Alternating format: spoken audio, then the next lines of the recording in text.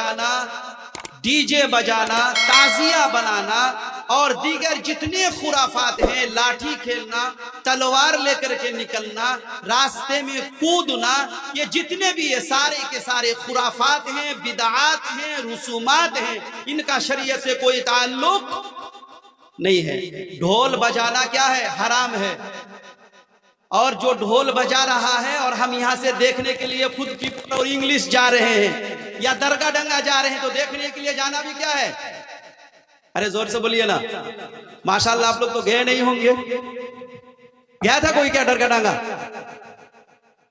चलिए, अगर गए भी थे तो तौबा कर लीजिए अल्लाह से, अल्लाह माफ करने वाला है कि आइंदा नहीं जाएंगे इंशाअल्लाह। और अपने घर के अफराद में से किसी भी फर्द को भी जाने नहीं देंगे, ना अपनी छोटी बच्ची को, ना बड़ी बच्ची को, ना घरवाली को, ना माँ को, ना बहन को, ना चाची को, ना भाभी को, ना दादी को, ना नानी को, किसी को भी जाने के लिए देना नहीं है। अब ये समझने की बात है कि हजरत हुसैन रजी अल्लाह अन्हु को शहीद किया गया 10वीं मुहर्रम में।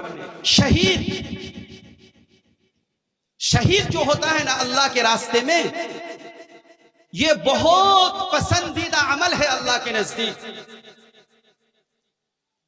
हदीस के अंदर मौजूद है कि जो अल्लाह के रास्ते में शहीद हुआ,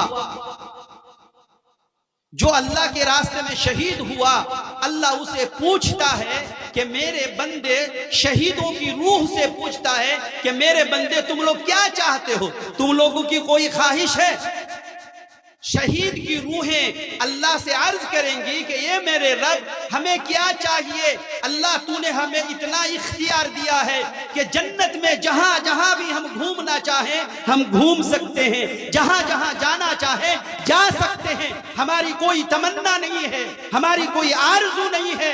अल्लाह कहता है ए मेरे बंदे थोड़ा सोच ले, थोड़ा गौर कर ले कि अगर तेरी कोई ख्वाहिश हो तो जानते हैं जो अल्लाह के रास्ते में कुर्बान होता है, जो अल्लाह के रास्ते में अपनी जान की कुर्बानी पेश करता है, वो लोग क्या कहते हैं? कहते हैं कि या अल्लाह हमें दुनिया में दोबारा भेज दीजिए ताकि फिर दोबारा तेरे राह में कुर्बान होकर जन्नत में आ जाए। जो मजा तेरी राह में, जो मजा तेरी राह में कुर्बान होने में है, शहीद होने में है, वो मजा तो किसी भी चीज में नहीं है। तो शहादत का अमल इतना बेहतरीन अमल है जिसकी तमन्ना तो हमारे और आपके नबी करते थे कि या अल्लाह मेरी ख्वाहिश है कि मैं अल्लाह के रास्ते में शहीद किया जाऊं, फिर जिंदा किया जाऊं, फिर शहीद किया जाऊं, फिर जिंदा किया जाऊं, फिर शहीद किया जाऊं। तो ये तो अल्लाह के रसूल की तमन्ना है। तो शहीद होना ये किस चीज, क्या है? फख्र का काम है। किसका काम है? फख्र का काम है। एक सहाबी का नाम आप लोग सुने होंगे, खालिद इब्ने वलीद रजी अल्लाह अन्हु। इनको जो है ना अल्लाह के रसूल ने लक़ब दिया था सैफुल्लाह, अल्लाह की तलवार। इसलिए कहते हैं कि खालिद सैफुल्लाह, अल्लाह की तलवार कहा था। जंगे मूता जो अल्लाह के रसूल के जमाने में लड़ी गई थी, एक जंग थी जिसमें हजरत खालिद इब्ने वलीद ने काफिरों से लड़ते हुए 7 या 9 तलवारें तोड़ी थी। कितनी तलवार? 7 या 9 तलवारें तोड़ी थी हजरत खालिद इब्ने सैफुल्लाह रजी अल्लाह अन्हु, खालिद सैफुल्लाह रजी अल्लाह अन्हु। इनका जब आखिरी वक्त आया तो रोने लगे। जब मरने का वक्त आया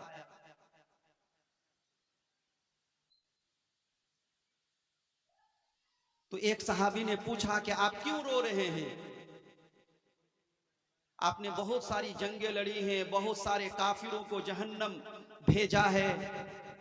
जब अल्लाह के रसूल इस दुनिया से इंतकाल किए तो अल्लाह के रसूल आपसे खुश थे, सहाबा भी बहुत सारे आपसे खुश थे कि आज क्यों रो रहे हैं? तो हजरत खालिद इब्ने वलीद ने मालूम है कि क्या कहा कि आज मुझे अफसोस हो रहा है इस बात पर कि मैं औरत की तरह बिस्तर पर पैर रगड़ रगड़ कर मर रहा हूं। मर्द तो किसी मैदान जिहाद में मरता है। मर्द कहां पर मरता है? मैदान जिहाद में काफिरों से लड़ते हुए मरता है। और मैं तो आज औरत की तरह बिस्तर पर पैर रगड़ रगड़ कर मर रहा हूं। यही मेरी ख्वाहिश थी।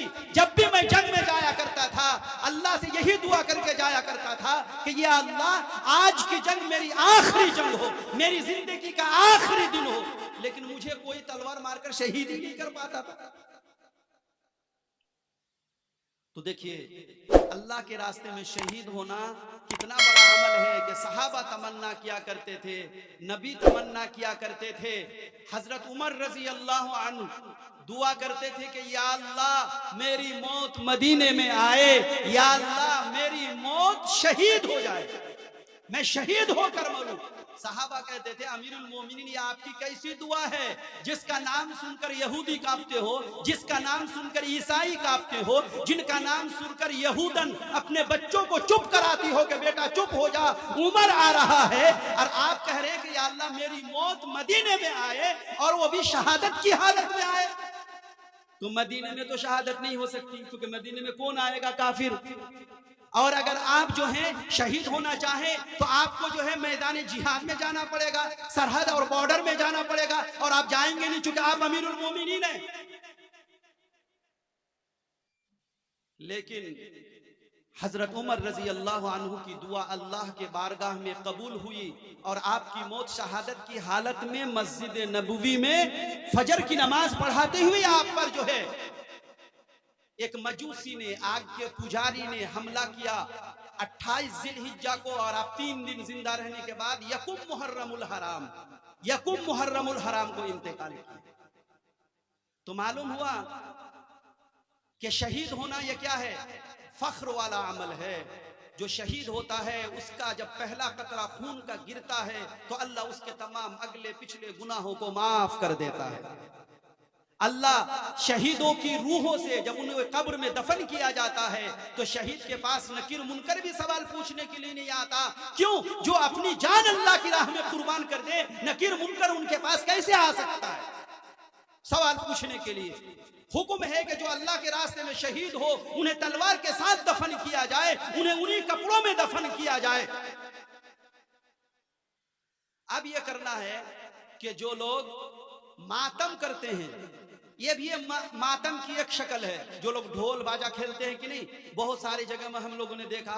जैसे जब कुछ दिन तक मैं अलीपुर में मदरसा बशरतुल उलूम में रहा, बहुत पहले की बात है, तो वहां ढोल खेलने वालों को देखा कि कुछ लोग जो है हजरत हुसैन की लश्कर में होते हैं, की शक्ल में होते हैं, कुछ यजीद के लश्कर में होते हैं, कोई बच्चे को तीर मारना, मतलब इस तरह करके ड्रामा के तौर पर दिखा रहा है। तो ये गोया के एक मातम करने की शक्ल है, जहां जहां सुन्नियों के अंदर भी जो अपने आप को अहले सुन्नत वल जमात कहते हैं, लेकिन इनका तर्ज अमल जो है शिया और रवाफिजों जैसा है। आज भी बहुत सारे सुन्नी लोग जो खेलते रहते हैं कि हम लोग सुन्नी हैं, अहले सुन्नत वल जमात से ताल्लुक रखते हैं, लेकिन फिर भी ताजिया बनाते हैं। तो ये सोचना चाहिए कि हम जो ये सोग मनाते हैं शरीयत के अंदर इसकी इजाजत है, इसकी इजाजत शरीयत के अंदर, सोग मनाने की इजाजत, मातम करने की इजाजत शरीयत के अंदर नहीं है। शरीयत के अंदर मातम करने की इजाजत नहीं है। देखिए अगर कोई अल्लाह के रास्ते में शहीद हुआ तो उसके लिए मातम करना चाहिए। तो फिर हजरत हुसैन रजी अल्लाह अन्हु के जो वालिद मोहतरम थे हजरत अली मुर्तजा रजी अल्लाह अन्हु, बिल इत्तिफाक वो हजरत हुसैन से अफजल थे और हुजूर सल्लल्लाहु अलैहि वसल्लम के दामाद थे, चचेरे भाई थे, 4 खुलाफा में से आखिरी खलीफा थे, बनु हाशिम में से थे। अगर हजरत हुसैन के मातम मौत पर अगर सोग होना चाहिए, मातम होना चाहिए, तो उनके वालिद जो इज्जत में, एहतराम में, मर्तबे में, फजल में उससे बड़े थे, तो उनके वालिद के इंतकाल पर और शहादत पर मातम होना चाहिए कि नहीं होना चाहिए जी? लेकिन कोई नहीं करता मातम, शिया लोग भी नहीं करते, सुन्नी लोग भी नहीं करते। हजरत अली रजी अल्लाह अन्हु 17 रमजानुल मुबारक को शहीद हुए। हजरत अली रजी अल्लाह अन्हु से मकाम मर्तबे में अहले सुन्नत वल जमात के नजदीक तीसरे खलीफा दामाद रसूल हजरत उस्मान जिन्नूरैन रजी अल्लाह अन्हु है।